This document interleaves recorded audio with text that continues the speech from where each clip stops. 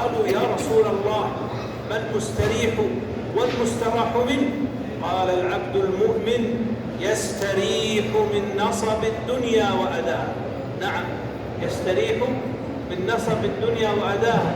يقول صلى الله عليه وسلم العبد المؤمن يستريح من نصب الدنيا وأذاها إلى رحمة الله، والعبد الفاجر يستريح منه العباد والبلاد والشجر والدواب.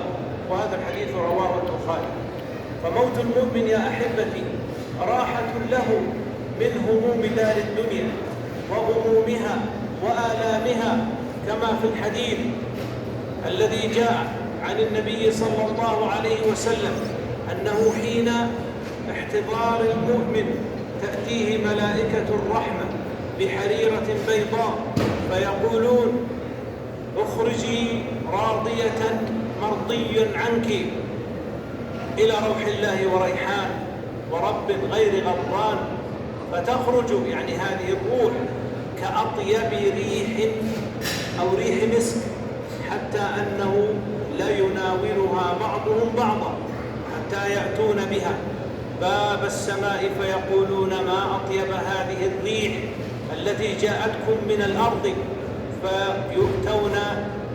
فيأتون بها أرواح المؤمنين، فلهم أشد فرحا بهذه الروح من أحدكم بغائبه يقدم عليهم فيسألونه ماذا فعل فلان وماذا فعل فلان، فيقولون دعوه فإنه كان في غم الدنيا.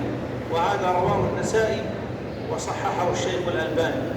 من الأسباب يا أحبتي، وهذا هو السبب الرابع في تفريج الهموم وذهاب الغموم والأحزان، أن يجعل الإنسان الآخرة هي همه.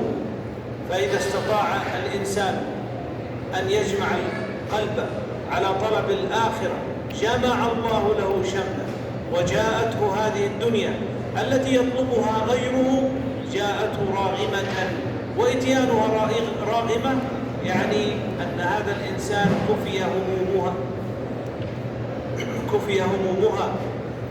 فعن أنس رضي الله تعالى عنه قال رسول الله صلى الله عليه وسلم، تأمل معي هذا الحديث، قال عليه الصلاة والسلام من كانت الآخرة همه جعل الله غناه في قلبه وجمع له شمله وأتته الدنيا وهي راغمة، ومن كانت الدنيا همه جعل الله فقره بين عينيه وفرق عليه شمله ولم يأته من الدنيا إلا ما قدر له.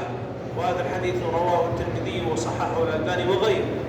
يقول الإمام ابن القيم رحمه الله تعالى، واسمع لهذا الكلام النفيس الجميل، يقول إذا أصبح العبد وأمسى وليس همه إلا الله وحده تحمل الله عنه سبحانه حوائجه كلها وحمل عنه كل ما أهمه وفرغ قلبه لمحبته ولسانه لذكره وجوارحه لطاعته.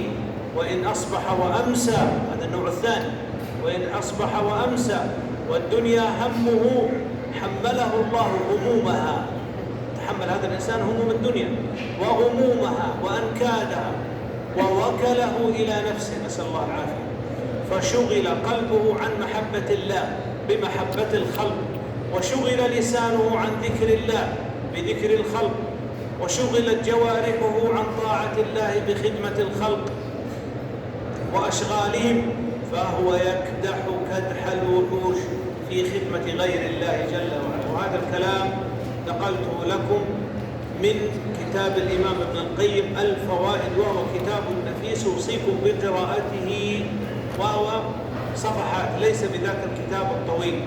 كذلك يا أحبتي مما يهون ما يصيبنا من هم وحزن ذكر الموت. قال النبي صلى الله عليه وسلم أكثروا ذكر هادم اللذات الموت، فإنه لم يذكره أحد في ضيق من العيش إلا وسعه الله عليه، ولا ذكره في سعة إلا ضيقها عليه. هذا الحديث رواه البزار عن أنس وحسنه الشيخ الألباني كما في صحيح الجامع. وصححه غيره، وأيضا صححه الألباني في إرواء الغليل. إذا فاتك شيء من الدنيا وحزنت على ذلك وأصابك الهم والحزن فتذكر أنك راح، وأن أمامك الموت، وأنك لا بد أن تلاقي تلك اللحظات، وجاءت سكرة الموت بالحق.